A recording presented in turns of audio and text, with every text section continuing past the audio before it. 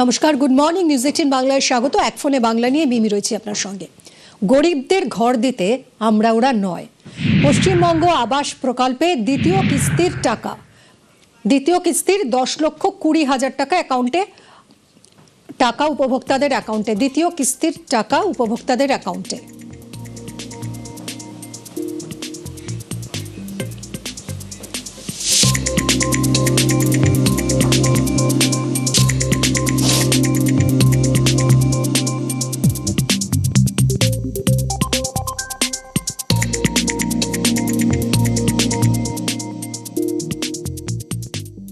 আমাদের যে 10,20,379 জন উপভোক্তা, তারা বহু প্রতীক্ষায় ছিলেন যে পরিবর্তনের সরকার তাদের পাশে দাঁড়াবে কিনা, তারা তাদের গৃহ নির্মাণ সম্পূর্ণ করতে পারবেন কিনা ইত্যাদি দোলাচলে তারা ছিলেন বা তাদের মধ্যে ভ্রম ঢোকানো হয়েছিল। কারণ পশ্চিমবঙ্গে যত বেনিফিট সরকারি অর্থে দেওয়া হয়, কখনো সরকারের নাম বলা হয় না।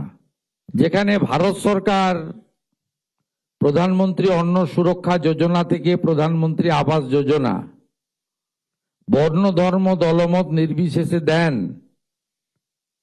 কখনোই বলেন না যে নরেন্দ্র মোদী দিচ্ছেন, কখনোই বলেন না যে বিজেপি দিচ্ছেন। কিন্তু পশ্চিমবঙ্গে আমরা দেখে এসেছি যা হয়েছে, কখনো বলা হয়েছে এটা মমতা ব্যানার্জি দিয়েছেন, এটা তৃণমূল কংগ্রেস দিয়েছে, এটা তো দিদি করে গেছেন, এটা তো পিসির স্কিম। তাই অনেক ভ্রম আপনাদের মধ্যে ছিল যে কমপ্লিট করতে পারবো কিনা। কিন্তু আমাদের সরকার, এনডিএ বিজেপি সরকার 21টা রাজ্যে এবং দেশে যেভাবে চলে আমরা সেইভাবে চলি, আমরা আলাদাভাবে চলি না। তাই আজকে 10,20,379 জন লাভার্থী তাদের গৃহ নির্মাণের যে দ্বিতীয় কিস্তি অর্থাৎ ফাইনাল কিস্তির টাকা 60,000 করে পেলেন, যার সম্পূর্ণ করলে 6,000 কোটি টাকার বেশি হয়। এটা প্রদানের মধ্য দিয়ে প্রমাণ হয়েছে যে নরেন্দ্র মোদীজির যে সংকল্প বিকাশ, উন্নয়ন এবং বিকশিত ভারত তখনই সম্পন্ন হবে যখন বিকশিত পশ্চিমবঙ্গ হবে। সেটা আমরা একটা ধাপ এগিয়ে গেলাম। বাংলার বাড়ি এখন থেকে পশ্চিমবঙ্গ আবাস।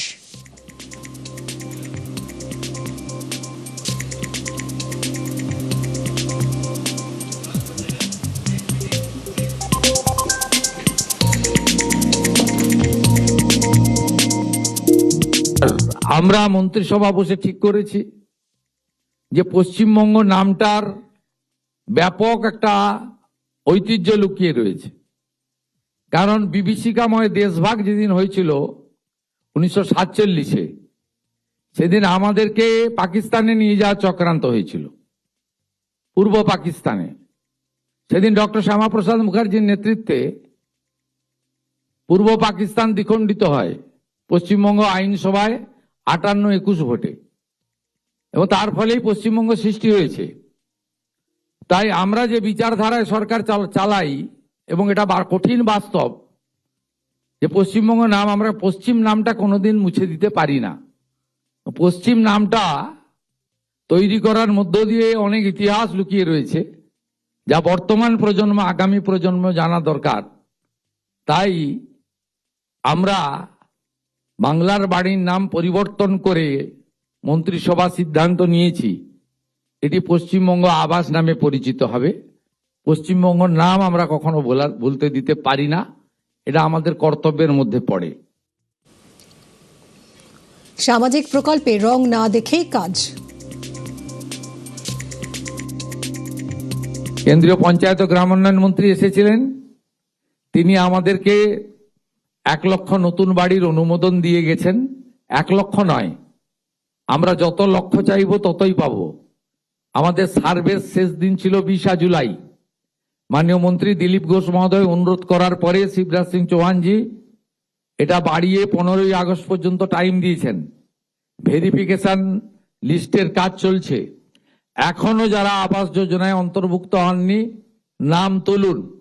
আমরা দল দেখব না, সম্প্রদায় দেখব না, ধর্ম দেখব না, আমরা শুধুমাত্র গাইডলাইন দেখব এবং প্রকৃত প্রাপক কিনা দেখব, এবং বিগত দিনে আপনার নামে টাকা উঠেছে সেই টাকা নয়ছয় হয়েছে কিনা দেখব।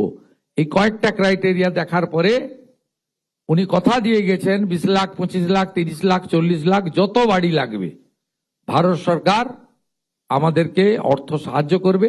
স্টেট শেয়ারটা দেওয়ার জন্য আমরা প্রস্তুত রয়েছি। তাই পুজোর পরে পরেই, দুর্গোৎসবের পরে পরেই দেখবেন যে আরো কয়েক লক্ষ বাড়ির প্রথম কিস্তির টাকা আমরা আরো বড় কর্মসূচির মধ্য দিয়ে করব। 2022 কেন্দ্রীয় টাকা নিয়ে বিপুল দুর্নীতিতে বন্ধ হয় বরাদ্দ। টাকা পেয়েও বিগত সরকার বঞ্চনা নিয়ে সরব। তৃণমূল সরকারকে নিশানা মুখ্যমন্ত্রীর।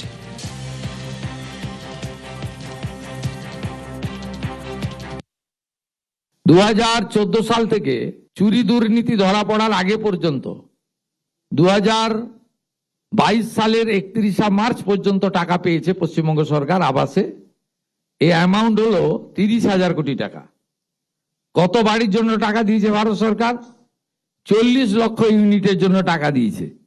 না, আমরা চোখে দেখতে পাই না।